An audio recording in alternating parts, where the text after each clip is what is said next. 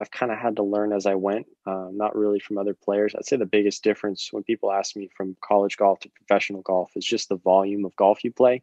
I played 30 events my first 2 seasons as a professional, 4 round events, 7 days, traveling across the country. It's very different than a 14 week a year college event where you have one practice round and three tournament days, because you come home and you get to work out for 2 weeks, you get to practice and qualify with the team.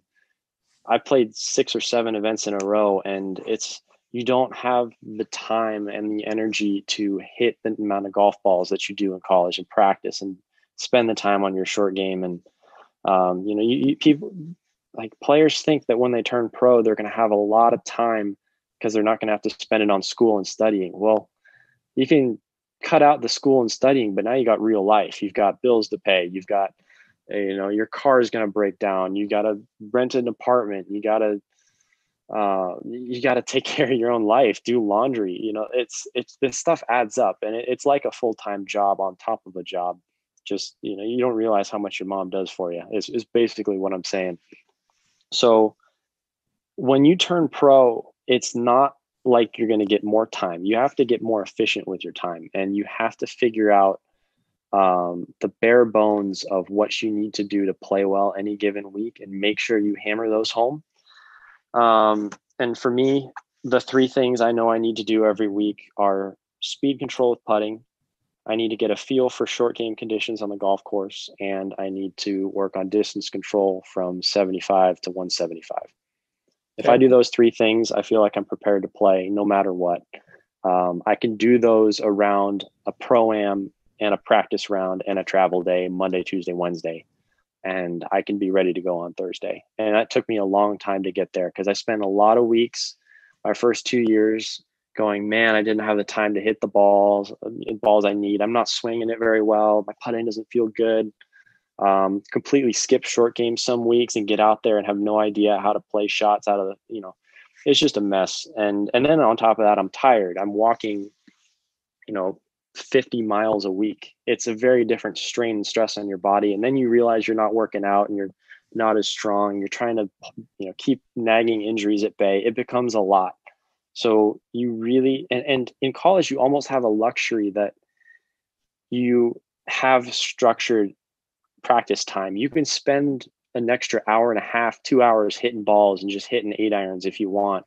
You can go and just screw around with teammates and have games and stuff, and that's all great for development. But to be ready to play professional golf, you have to have an idea of what you need to do to play well any given week, and really be disciplined to do that, and then feel like you're ready to go. Second lesson I learned was just from watching guys, and I learned it more so my first year on the PGA Tour, is in college, it felt like there was a lot of emphasis on your weaknesses. You got to build up weaknesses. You got to fill in holes in your game. If your short game's not good, you got to spend hours on your short game every day. I don't really see that on the PGA Tour. I actually see the opposite on the PGA Tour. Everyone who has a tee time is really, really good at something.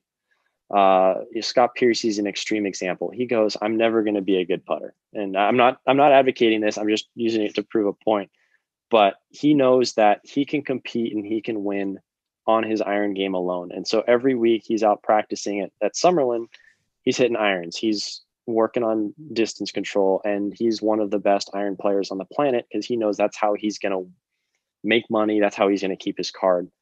And basically the lesson I learned was not to neglect your strengths. If I show up with my strengths every week, I'll be able to compete. If my putting speed is good, if I can chip it inside 8 feet, and if my putting feel is good, I'm going to be fine.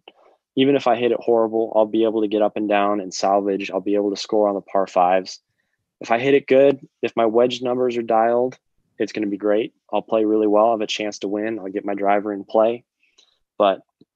And that doesn't mean I'm not out there trying to work on my iron game and trying to hit it a little further and improve things. But week in and week out, I need to have my big guns with me. And that's what I see from the best players in the world. And the players who've been on tour for a long time is they make sure that what they do well, they have every week.